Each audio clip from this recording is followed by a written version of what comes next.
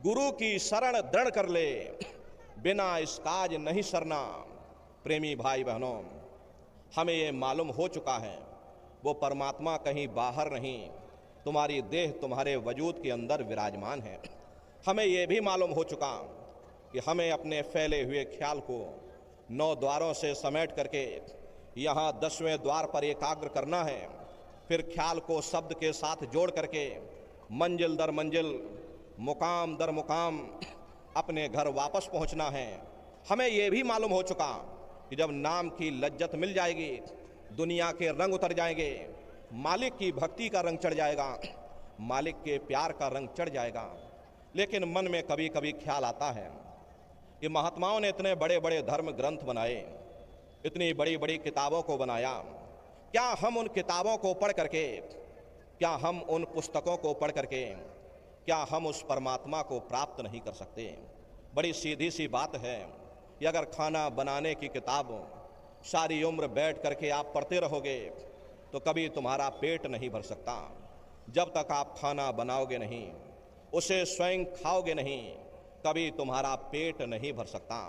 प्रेमी भाई बहनों, जिस परमात्मा ने आपको पैदा किया है, उसने आपसे मिलने का तरीका भी आपके अंदर रखा हुआ, लेकिन हम मन और बुद्धि की जोर पर चल करके, मन और बुद्धि की राह पर चल करके कभी उस परमात्मा को प्राप्त नहीं कर सकते।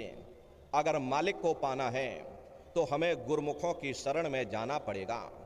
हम एक मैला कपड़ा लेकर के रंग चढ़ाने के वाले के पास जाते हैं, वह सबसे पहले क्या करता? वह उस मैले कपड़े को साबुन और सोडे के साथ अच्छी तरह से धो देता।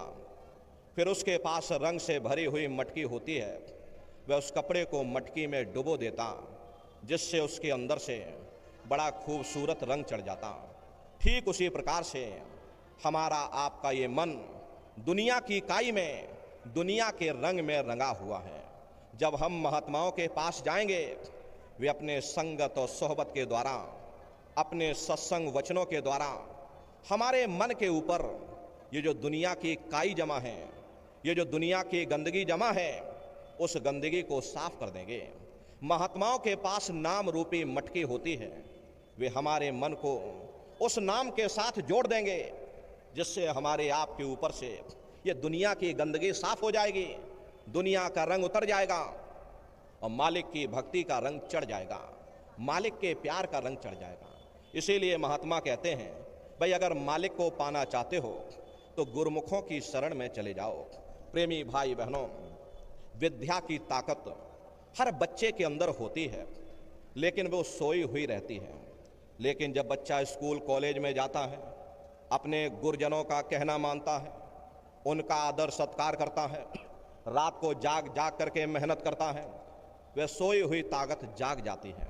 लेकिन जो बच्चा स्कूल ही ना जाए, गुरुजनों का कहना ही ना माने, उनका आदर सत्कार ही ना करे, मेहनत ही ना करे, अरे ताकत तो उसके अंदर भी रहती है, लेकिन सोई हुई रहती है, सोई हुई ही चली जाती है।